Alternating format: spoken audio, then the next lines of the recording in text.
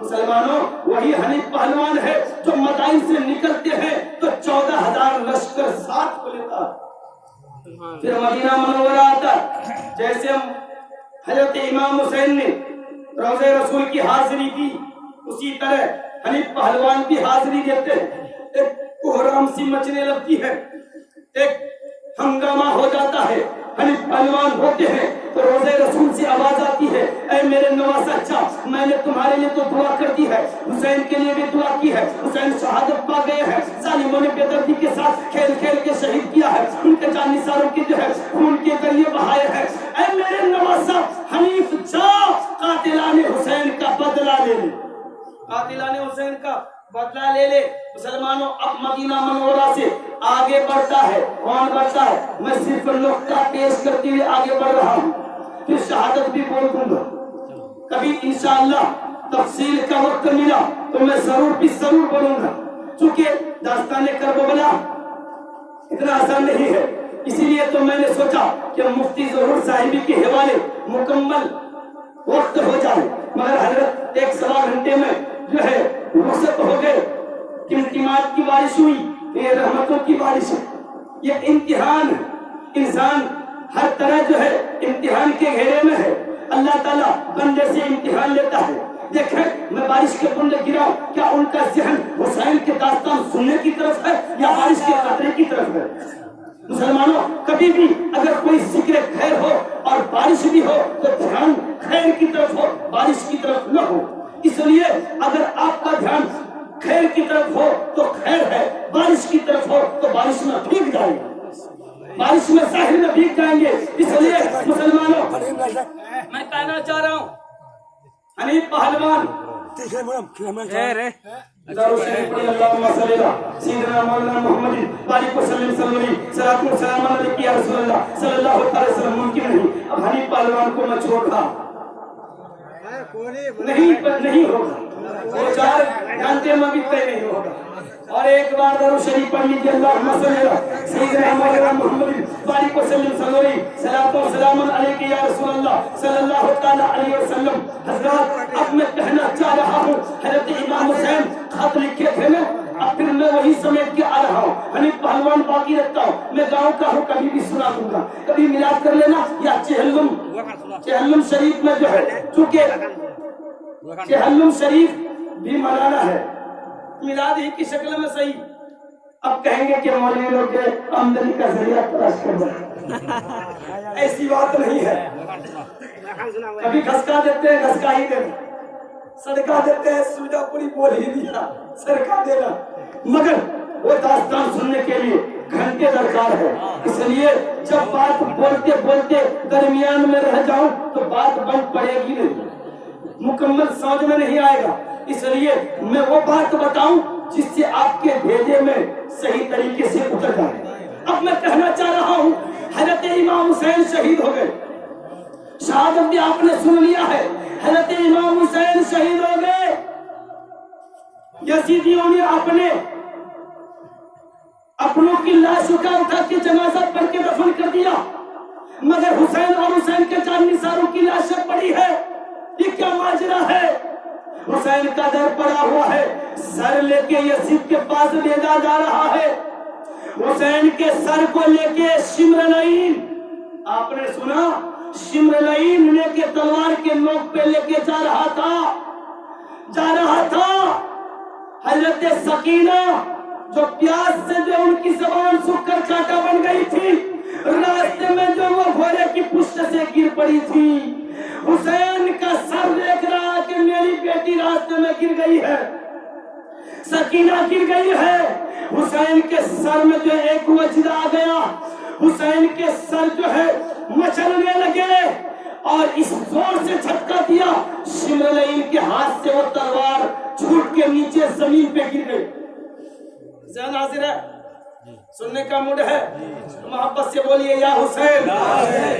حسین کا سر جس نیزے میں ہے وہ تلوار چھوٹ کے شمرلعین کے ہاتھ سے نیچے فرش زمین پہ گر گئی اور وہ تلوار جو ہے زمین پہ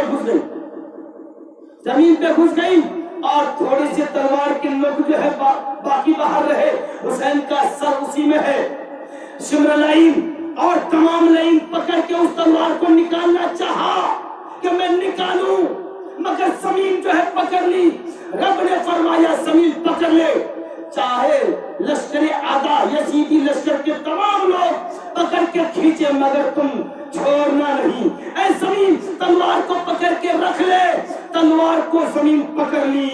अब लश्कर आदा में, लश्कर यजीदी में शिमरलाइन कहने लगे कि हुसैन का सर नहीं उठेगा। हुसैन का सर उठाना आसान नहीं है। सर कट गया तो क्या हुआ, मगर कटे हुए सर का ये कमाल है कि उठाना आसान नहीं है।